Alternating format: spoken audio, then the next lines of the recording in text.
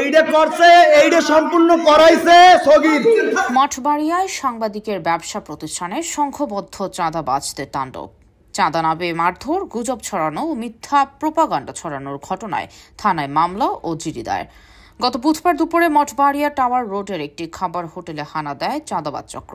10-12 জন সাঙ্গপাঙ্গ নিয়ে প্রবেশ করে বেল্লাল ও ইমন নামের দুই যুবক। নিজেদের যুবদল নেতা পরিচয় দিয়ে হোটেল মালিকের কাছে চাঁদা দাবি করে তারা। চাঁদা দিতে অস্বীকৃতি জানালে গুজব ছড়িয়ে মব সৃষ্টি ও হয়রানির হুমকি দেয়। এ সময় হোটেলের অংশীদার সুমি বেগম ও রাধুনী আমেনা বেগমকে মারধর করে তারা।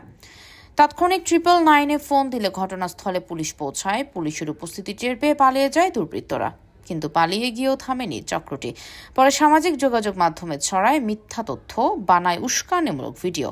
সুমি বেগম অভিযোগ করেন, হোটেলের পূর্বের মালিক সগীর একাধিকবার তাকে কুপ্রস্তাব ও অনৈতিক প্ররোচনা দেয়। তা প্রত্যাখ্যান করলে শুরু হয় শত্রুতা। বেল্লাল, ইমন মূলত সগীরের যোগসাজশে হামলা চালিয়েছে।